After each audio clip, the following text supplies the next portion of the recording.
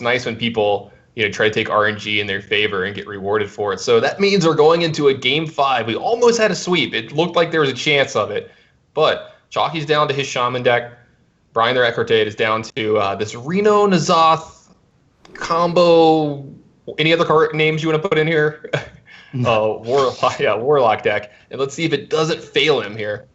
So, as we see, Chakki does have the aggro Shaman as opposed to the mid-range, and I think it's pretty favored. Of course, Reno just heals for a bunch, but despite that, Doomhammer can a lot of times just push through that damage anyway. Yeah, like you said, Reno heals for a bunch here. I think it's a card that you have to keep in your opener in this matchup, just on power level alone. It is so good in this matchup, and he actually has some of his good early stuff too. Like Dark Peddler can find some stuff to contend with early. You might be able to find a Corruption or something. Sunfury Protector can, help gain you some life. Spellbreaker can even, shut down a Tunnel Trog that's getting out of hand. So he might have the tools to get him to turn 6 here and get that Reno Jackson off. But Jockey's going to be doing a lot of damage pretty early here. Yeah, that Flame Tongue Totem's probably just going to come down next turn and just start pushing real hard. Yeah, you can even pair in a trade here if you want to get this Dark Peddler off the board, kind of help protect your Tunnel Trog a little bit. I mean, I don't think you mind it. Yeah, this opens you up to Mortal Coil, but I really don't think you mind from here, as long as your Tunnel Trog survives. Yeah, you can see it. The Rat is already worried. He was up 2-0 in this match. Now he's got a chance to be reverse swept by Chakki here. Yeah, that's one of the things me and Chakki always say. We are probably some of the biggest Reno lock haters just because we're just big Zoo fanboys. We're just like, even though Reno's a good deck, it's just like, why would you bring it over Zoo, man? And we're definitely seeing it struggle here. Yeah, I mean, maybe he'll lament his choice after this match if he ends up getting 3-0'd by Chakki's lineup against the Reno deck, so we'll have to see. But, I mean, what do you even do this turn? Do you develop the 2-3? It doesn't directly challenge anything on board. And if you tap, it's like an extra 2 damage. Yeah, you get another card, but that 2 damage could be a big difference in this game. I think he might play it here just because under the idea of he's looking at his hand and he sort of has like his turn set up for him, that if you don't play it here, like what turn is it really going to come out of your hand? But the other merit to tapping is like he's going to have to find the AoE at some point. Like if Feral Spirits comes down, he's going to really want that Hellfire. So he is just going to go with the Sun Fury. Yeah, with you making that point, if you think something like Feral Spirits is going to happen this turn, I really like tapping, even though you're taking extra damage, like just trying to find Hellfire as quickly as possible, like you said. If there's no Feral Spirits this turn, then this is probably a much better play, and just getting the 2-3 on board and just having some stuff to contest. And Chakki's pushing he does so have much Spellbreaker damage behind this to kind of... Yeah, I mean, he's going to get another 5 in. I mean, Spellbreaker does kind of take a little bit of pressure this turn, or you could use Power Rolling plus Shadow Bolt to get some real damage off the board this turn as well. Yeah, it's definitely a nice pickup for the Rat. Just takes a little bit of pressure off because, as it was, if he doesn't top deck this PO, he might not make it to his Reno turn. And if he does, Chakki might have too big of a board that it's not even that useful. Yeah, I was going to say, do you just do Shadow Bolt Power Roaming here? I think it removes the most damage off the board. Yeah. I think that's what you're looking for, right? I think he's for sure going to do that. I guess he's just deciding, is he going to go for the Shadow Bolt on the Flame Tongue Totem just because, it's just a big threat, or is he going to go for it on something like the Trog? My guess is the Trog. Yeah, I was going to say, that's a hard decision to make, but Tunnel Trog is just so scary, right? I mean, like, yeah, you could remove this Flame Tongue Totem, and then Chakki could just have, like, Lava Burst next turn, and the 2 damage is right back, plus another 5 to your face. So I really like Shadow Bolting Tunnel Trog here. I think it prevents more damage in the long run, since you don't have another answer to it. I mean, and you don't want to be forced into Spellbreaking next turn if you don't have to. So it doesn't really matter which one he trades into. It's just always going to be the same result too. Yeah, but either one of them is going to get buffed up by the Flame Tongue Totem. Let's see what Chakki picks up here. Keep adding pressure. Picks up a Flame Juggler and a Totem. Oh, this is a much better draw here. Totem Golem, much better than just getting a 2-3 into play. Pushes some more damage, but it looks like Brian the Rat might get to turn 6 now. Chakki has 9 damage plus another 5 in his hand. So this is a pretty tough turn. Spellbreaker, obviously, you're going to take less damage. But if you play the heal bot, it's just going to start trading with things. And I think you're locked into that Reno next turn, and I think you're unlikely to die, just this turn. So I think I would go with the heal bot to start contesting things. But if he goes with the Spellbreaker, that just means he's scared of dying this turn, and he just really want to make sure he gets that Reno off. Yeah, I 100% agree with you. I really think you just have to heal bot here because you need the body in play. And if Chakki somehow can kill you with 4 mana here, I mean, you are going to die anyway, most likely. You know, there's So probably the chance that.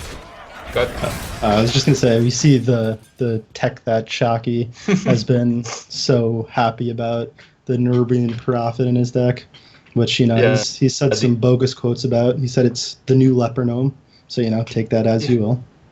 Yeah, that would I don't know how to take because how do you compare a 4/4 for 6 mana to leper gnome? So Yeah, I understand. Good. His quote about it was just basically like, obviously good on turn 1 and real bad late game. So just similar to a one drop where it's good in the early game, bad in the late game. But even in the late game, you still have that 4/4 body, which is going to be better than that one drop usually. Yeah, I guess you once you say that what Chakki said, I guess it makes some sense. But like you said, it's still a 4/4 body late in the game if you need it. All right, the Rat's back up to 30. Chakki still with a bunch of damage left on board, and another Lava Burst added to his hand. That's 10, 15, 16, 17, 18, 19, 20, 21. He's got 21 right here if he were to just go all in with everything. I mean, it's not what he's going to do here, but we don't see an AoE effect in Brian the Rat Cortade's hand just yet, so this board's going to stick around unless he top decks. And I think that's what this game's just going to come down to. It's just, can Rat find that AoE?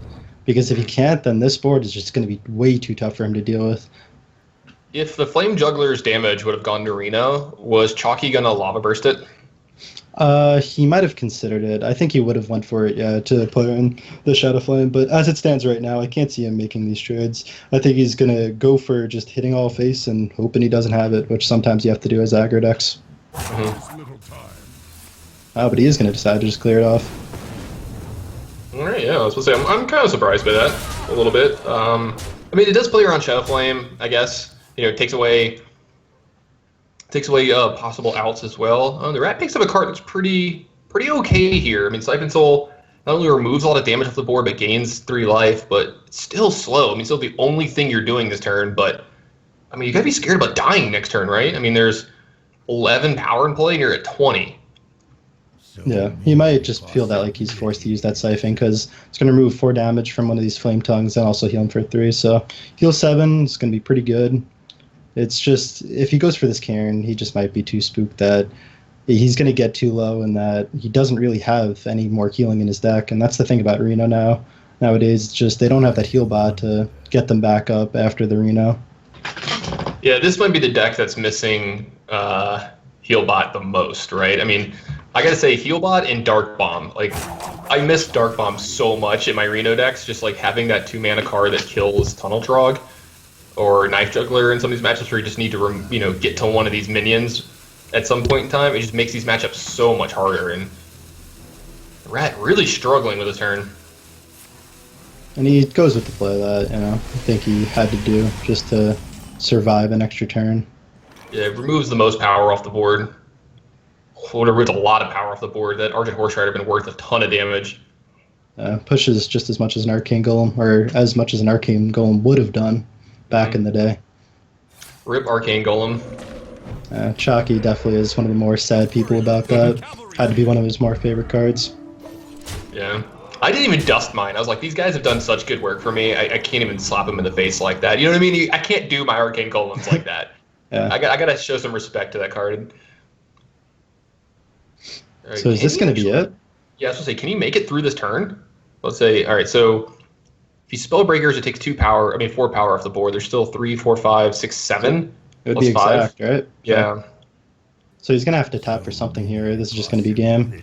So it looks like Chakki, unless the Rat taps into something, is going to come back in the series when it looked so bad for him before. Yeah, I mean, he's down 2-0. Reverse sweeps are never fun to be on the other side of, but what can the Rat do? What can he tap into? Is there a 6 mana card that he could get here? Let's say where you can couple it with something. I don't even know what he could draw. Does Hellfire even save him? I don't even think that's the case. It leaves behind 5 power, and you go down to 9, so no, he'd still die.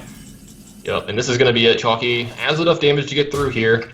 Hey man, he drew both Nerubian Prophets and he won the game. Confirm this card is OP. Yeah, its win rate is pretty good, 100%. Yeah, I'm really not surprised by this at all. Like, Chakki's all of his decks Like, Red had to know that Reno was going to be the hard one to get the win. So, although he went down 2-0, Chakki didn't get down on himself, knew that all his matchups are good against Reno, and that it could easily be a reverse sweep, and he was able to do it. And like you said, it was a reverse sweep, and kind of surprised to see that Brian the Rat Cortade was up 2-0 here. Only had to find one win with his Reno Warlock deck, and like you said, maybe kind of lamenting the fact that he didn't bring Zoo just now. So when we come back, guys, we're going to be taking a short break, but when we come back, we're going to be doing that third place game. So you're going to see LBYS yet again, but he's going to be playing off against Brian the Rat Cortade. So we're going to have to see how that works out there, because we talked about this matchup could be weird because that Warrior deck from the Rat can have some big draws against the Paladin deck from LBYS. So we're going to find out who wins that match right when we come back from this short break. Don't go anywhere.